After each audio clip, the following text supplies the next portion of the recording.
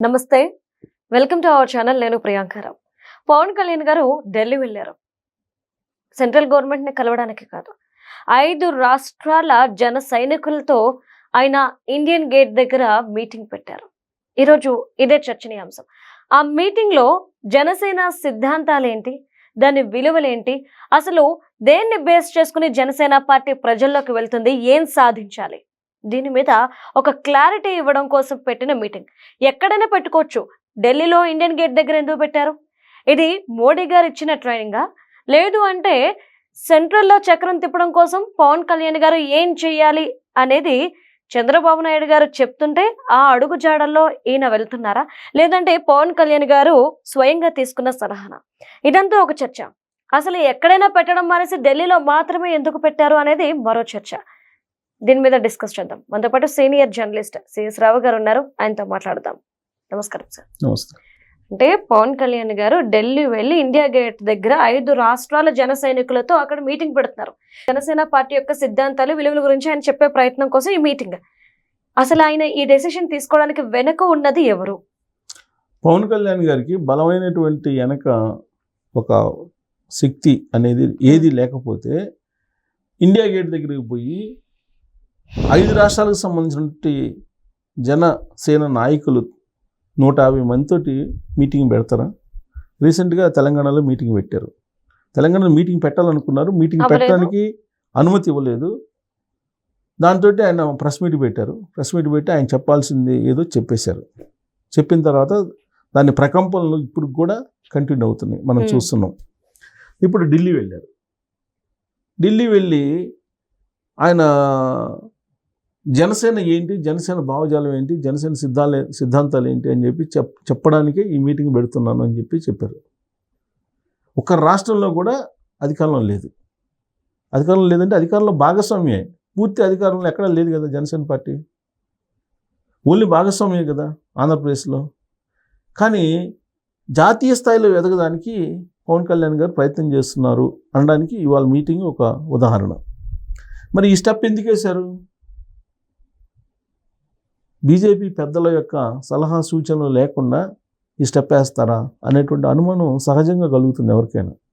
ఎందుకంటే ఒకవైపు దేశకీ నేత అంటూ కేసీఆర్ గారు రాష్ట్రాలు తిరిగి చివరికి ఫామ్ హౌస్కి పరిమితం అయిన సంగతి జనసేన అధినేతకి పవన్ కళ్యాణ్ గారికి తెలియని అంశం కాదు కదా. జాతీయ స్థాయిలో ఎదగలేకే చంద్రబాబు నాయుడు గారు ఒక రాష్ట్రానికి పరిమితం అయ్యారా? ప్రధానమంత్రి అవకాశం వచ్చినా కానీ చంద్రబాబు నాయుడు గారు నాకు రాష్ట్రం కావాలి, రాష్ట్ర ముఖ్యమంత్రి చాలు, నాకు తెలుగు రాష్ట్రం చాలు, తెలుగు రాష్ట్రాలను డెవలప్ చేస్తే చాలని చెప్పేసి ఆయన అనుకొని ఆయన ఇక్కడే ఎందుకు ఉండిపోయారు? ఢిల్లీ వైపు ఎందుకు చూడలేదు? ఢిల్లీ వైపు మరి స్టాలిన్ ఎందుకు చూడలేకపోయారు? మరి ఎందుకు ఢిల్లీ వైపు ఈవెన్ రాజశేఖర రెడ్డి గారు బతుకున్న రోజులు ఆయన చూడలేకపోయారు? మరి ఆల్మోస్ట్ ఎవరు చూడలేదే. ఎందుకు పవన్ కళ్యాణ్ గారు జాతీయ రాజకీయాల్లో కీలకం కావాలనుకుంటున్నారు అని అంటే డెఫినెట్గా బీజేపీకి సంబంధించినటువంటి స్ట్రాటజీ ఏదో ఉంటుంది, ఉండకుండా అయితే ఉండదు. ఎందుకనంటే పవన్ కళ్యాణ్ గారు అంటే తుఫాన్ అని అన్నారు. ఎవరు? నరేంద్ర మోడీ గారు. పవన్ కళ్యాణ్ గారు ఒక తుఫాన్ అని చెప్పేసి అన్నారు. అంటే పవన్ కళ్యాణ్ గారికి ఫ్యాన్ ఫాలోయింగ్ తమిళనాడులో ఉంది, సరే ఆంధ్రప్రదేశ్లో చెప్పవసరం లేదు, తెలంగాణలో ఉంది, తెలుగు రాష్ట్రాల్లో చెప్పవసరం లేదు, మహారాష్ట్రలో ఎలక్షన్స్ పంపించారు, అవునా? మహారాష్ట్ర ఎలక్షన్ క్యాంపెయిన్కి కూడా పంపించారు కదా పవన్ కళ్యాణ్ గారిని. సో తమిళనాడు ఎలక్షన్కి పంపించారు, కేరళ ఎలక్షన్స్కి పంపించినట్లేదు. సో మొత్తం మీద ఒక 5-6 రాష్ట్రాల్లో పవన్ కళ్యాణ్ గారికి ఎంతో కొంత ఫ్యాన్ ఫాలోయింగ్ లేదంటే క్రౌడ్ పూలర్గా ఉపయోగపడతారు ఆయన. రాబోయే రోజుల్లో సౌత్లో ప్రత్యేకించి దక్షిణ భారతదేశంలో బీజేపీ బలపడాలి. బలహీనంగా ఎక్కడైనా ఉందంటే దక్షిణ భారతదేశంలోనే బలహీనంగా ఉంది బీజేపీ. బలంగా ఉందంటే బలంగా ఉన్నట్టు కనిపిస్తుంది కానీ బలహీనమే. ఇప్పుడు బీజేపీకి అంటూ ఒక రాష్ట్రం అయినా దక్షిణ భారతదేశంలో ఉందా అంటే ఎక్కడుంది? ఏ రాష్ట్రం లేదు. కేరళలో కాంగ్రెస్ పార్టీ ఉంది, తమిళనాడులో టీవీకే పార్టీ ఉంది, కర్ణాటకలో కాంగ్రెస్ పార్టీ ఉంది, తెలంగాణలో కాంగ్రెస్ పార్టీ ఉంది, ఆంధ్రప్రదేశ్లో తెలుగుదేశం పార్టీ ఉంది. తెలుగుదేశం పార్టీలో భాగస్వామ్యం బీజేపీ, అంతేగాని బీజేపీ ప్రభుత్వం అయితే కాదు కదా. సో కాబట్టి దక్షిణ భారతదేశం మొత్తం మీద ఆ పార్టీకంటూ ప్రత్యేకమైనటువంటి ఒక ఐడెంటిటీ అనేది లేదు. ఉన్నట్టుగా భ్రమింపజేస్తున్నారు ప్రాంతీయ పార్టీలతోటి పొత్తులు పెట్టుకొని. అంతే తప్ప ఆ పార్టీకి ప్రత్యేకమైనటువంటి స్థానం ఎక్కడ కనిపించట్లేదు. అందుకే రాబోయే రోజుల్లో పవన్ కళ్యాణ్ గారిని ఉపయోగించుకొని దక్షిణ భారతదేశంలో ఎలా పికప్ కావాలి అనేది ఒక ఆలోచన బహుశా చేస్తుండొచ్చు. ఎందుకనంటే టీవీకే పార్టీని చూసిన తర్వాత తెలంగాణ పాలిటిక్స్లో పవన్ కళ్యాణ్ని ఇంట్రడ్యూస్ చేస్తే ఎలా ఉంటుంది అనేటువంటి ఒక చర్చ కూడా బీజేపీ వర్గాల్లో నడుస్తుంది. అందుకే తెలంగాణకు వచ్చి పవన్ కళ్యాణ్ గారు మీటింగ్ పెట్టాలనుకున్నారా? ఎప్పుడు మీటింగ్ పెట్టాలనుకున్నారు? పైగా రాష్ట్ర ఆవిర్భావ దినోత్సవం రోజు మీటింగ్ పెట్టాలనుకున్నారు. నవనిర్మాణం నవసంకల్పం, అదే కదా నవసంకల్ప దీక్ష. నవసంకల్పం అనేదాన్ని ఒక పేరు పెట్టి ఆవిర్భావ దినోత్సవం రోజే, తెలంగాణ ఆవిర్భావ దినోత్సవాలు జరుపుకుంటున్నట్టు రోజే ఇక్కడ మీటింగ్ పెట్టాలి అనుకుంటున్నారని అంటే ఏ స్ట్రాటజీ లేకుండానే వస్తారా పవన్ కళ్యాణ్ గారు? మామూలుగానే పవన్ కళ్యాణ్ గారు తొందరగా రారు. ఏదైనా సమస్య ఉంటే సమస్య కోసం వస్తారు, సమస్య పరిష్కారం సంబంధించి ఏదైనా మాట్లాడతారు, వెళ్ళిపోతారు. తప్పితే రాజకీయపరమైనటువంటి అడుగులు అంత ఈజీగా వేగంగా వేసినటువంటి దాఖలాలు లేవు కదా. మనం చూస్తే గత 10 సంవత్సరాల నుంచి లేవు కదా. మరి ఇప్పుడు వేగంగా రాజకీయపరమైన అడుగులు వేస్తున్నారు ఆయన. ఆంధ్రతో పాటు తమిళనాడు ఇట్లా 5 రాష్ట్రాలకు సంబంధించినటువంటి 150 మంది ప్రతినిధులతోటి ఇండియా గేట్ దగ్గర సమావేశం పెడుతున్నారు. ప్లస్ ఆ పార్టీ ఎందుకు పెట్టారో చెప్పేటువంటి ప్రయత్నం చేస్తున్నారు. ఆ సిద్ధాంతాలను అంటే దేశ ప్రజలకు చెప్పాలనుకుంటున్నారు. ఈ మధ్యకాలంలో ఆయన ఫస్ట్ నేషన్ అంటున్నారు. మీరు ఏ మీటింగ్ పెట్టుకున్నా ఫస్ట్ నేషన్ అంటున్నారు. తర్వాత ఈ మధ్యకాలంలో అమరావతి అని అంటే అమరావతి కాదు ఆంధ్రప్రదేశ్ అని చెప్పి చెబుతున్నారు. సో ఈ పరిధిని పెంచాలని చెప్పి అంటున్నారు. జాతీయవాదాన్ని పెంచాలి, ప్రాంతీయవాదం కాదు అని చెప్పి పవన్ కళ్యాణ్ గారు చెప్తున్నారు. బ్రాడ్గా ఆలోచించండి, నేషనల్ వైడ్ ఆలోచించండి.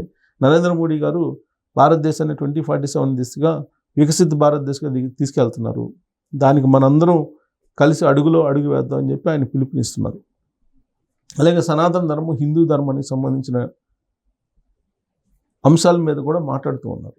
ఎక్కడైనా అవమానం జరిగితే సనాతన ధర్మం, హిందూ ధర్మానికి తాను ఉన్నానని చెప్పి ఆయన భరోసా ఇస్తూ మాట్లాడుతూ ఉన్నారు. ఇప్పుడు ఆయన పార్టీ సిద్ధాంతాలు ఏంటి? మతాల ప్రస్తావన లేని కులాలను కలిపే సమాజం కావాలి అని అంటారు ఆయన, సింపుల్గా. అంతే కదా. అది చెప్పడానికి ఆయన ఇప్పుడు జాతీయ స్థాయిలో ఒక మీటింగ్ పెట్టుకున్నారు. మీటింగ్ పెట్టుకుని ఆ కార్యాచరణ ప్రణాళికని అనౌన్స్ చేస్తారు.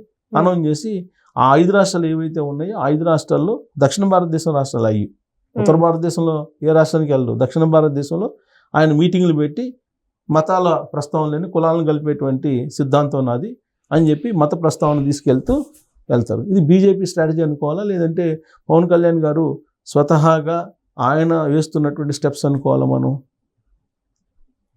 ఇప్పుడు 100% స్ట్రైక్ రేట్ అంటున్నారు, ఉండేది 21 మంది ఎమ్మెల్యేలు, అంతే కదా. 21 మంది ఎమ్మెల్యేలతోటి ఆంధ్రప్రదేశ్లో ఉంటూ ఈ 5 రాష్ట్రాలకి నేను విస్తరింపజేస్తాను పార్టీని అని అంటే 10 సంవత్సరాల పాటు ముఖ్యమంత్రిగా చేసిన కేసీఆర్ గారే తెలంగాణ మోడల్ చూపించి చతికిలు పట్టి ఫామ్ హౌస్లో కూర్చున్నారు. పైగా అపారమైనటువంటి సంపద ఉంది బీఆర్ఎస్ పార్టీ దగ్గర. విమానాలు కొనుక్కునేటువంటి సంపద ఉంది, ప్రత్యేకమైనటువంటి విమానాలని, ప్రత్యేకంగా హెలికాప్టర్లని. అలాగే దేశంలో ఉండేటువంటి ప్రాంతీయ పార్టీలు అన్నిటికీ పెట్టుబడి పెట్టి నిలబడేటువంటి సత్తా ఉంది కేసీఆర్ గారికి. ఆయనే చెప్పారు ఇదంతా. మరి ఇన్ని ఉన్నటువంటి కేసీఆర్ గారే ఫామ్ హౌస్కి పరిమితం అయితే మరి ఏ స్ట్రాటజీ లేకుండా పవన్ కళ్యాణ్ గారు ఇండియా గేట్ దగ్గర పోయి మీటింగ్లు పెడతారా? ఖచ్చితంగా స్ట్రాటజీ ఉంటుంది. ఈ స్ట్రాటజీ ఎవరితో కూడినటువంటి స్ట్రాటజీ ఏంటిది? నరేంద్ర మోడీ గారు, చంద్రబాబు నాయుడు గారుతో కూడినటువంటి స్ట్రాటజీ అయ్యి ఉంటుంది. రాబోయే రోజుల్లో దక్షిణ భారతదేశంలో కూటమి బలపడాలంటే ఎలా చేయాలి అనే దాని మీద బహుశా పవన్ కళ్యాణ్ గారితో స్కెచ్ వేసి బ్లూ ప్రింట్ వేసి ఆ బ్లూ ప్రింట్ దిశగా ఫస్ట్ ఆయన నడిపించి ఆ తర్వాత చంద్రబాబు నాయుడు గారు, నరేంద్ర మోడీ గారు వెనక దిగే అవకాశం ఉంది అనేది క్లియర్గా రాజకీయ వర్గాల్లో చర్చ జరుగుతుంది. ఇప్పుడు ఎప్పుడైనా సరే ప్రత్యర్థులు వేసేటువంటి స్టెప్కి ప్రతిగా బీజేపీ స్టెప్స్ వేస్తూ ఉంటుంది. ఇప్పుడు ప్రత్యర్థులు ఎవరు? ఇండియా కూటమే కదా. ఇండియా కూటమి దక్షిణ భారతదేశం యొక్క బాధ్యతను ఇద్దరికి అప్పచెప్పింది, డికే శివకుమార్ అండ్ రేవంత్ రెడ్డి గారికి. సో వాళ్ళిద్దరు వేసేటువంటి స్టెప్స్ బీజేపీకి తెలియవా? అందుకే టిట్ ఫర్ టాట్ లాగా ఇప్పుడు ఖచ్చితంగా వాళ్ళిద్దరికి చెక్ పెట్టేలాగా నరేంద్ర మోడీ గారు, చంద్రబాబు నాయుడు గారు ఖచ్చితంగా స్టెప్స్ వేసి రాబోయే రోజుల్లో దక్షిణ భారతదేశంలో ఎన్డీఏని బలోపేతం చేయడానికి ప్రయత్నం చేస్తారు. కాబట్టి పవన్ కళ్యాణ్ గారు ఇండియా గేట్ దగ్గర మీటింగ్లు పెట్టారు 5 రాష్ట్రాలకు సంబంధించిన జన సైనికులతోటి అని అంటే దాని వెనుక ఒక పెద్ద స్ట్రాటజీ అయితే ఉంటుంది. ఆ స్ట్రాటజీ ఏంటంటే కాంగ్రెస్ పార్టీని బలోపేతం కాకుండా కాంగ్రెస్ పార్టీ వేసేటువంటి స్టెప్కి ప్రతి స్టెప్ వేస్తున్నారనేది మనం చెప్పొచ్చు. Right. Thank you so much sir. Thank you.